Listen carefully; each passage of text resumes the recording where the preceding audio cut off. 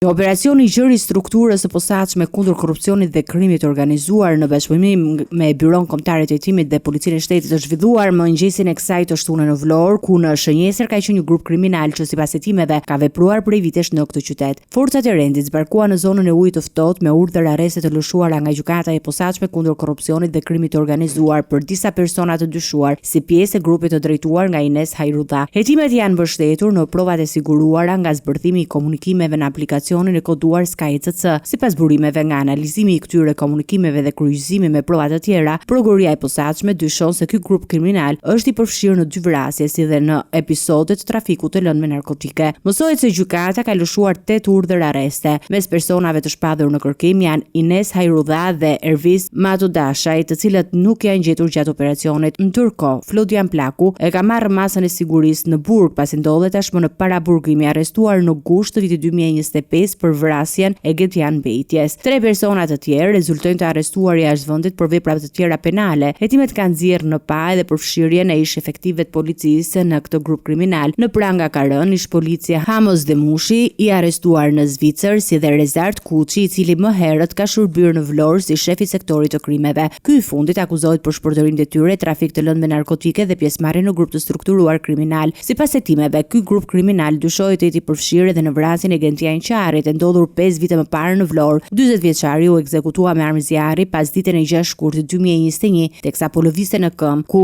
ndaj tij u qellua me breshëri Kallasnikovi. Një tjetër ngjarje e dyshuar që lidhet me këtë grup është vrasja e Bledart Briçaj në vitin 2021. Ai u qellua për vdekje teksa po lëvizte me automjet në Vlorë pasi u bë objekt një atentati me armë automike. Hetimet për këtë grup kriminal vijojnë për të zbardhur edhe ngjarje të tjera të mundshme kriminale.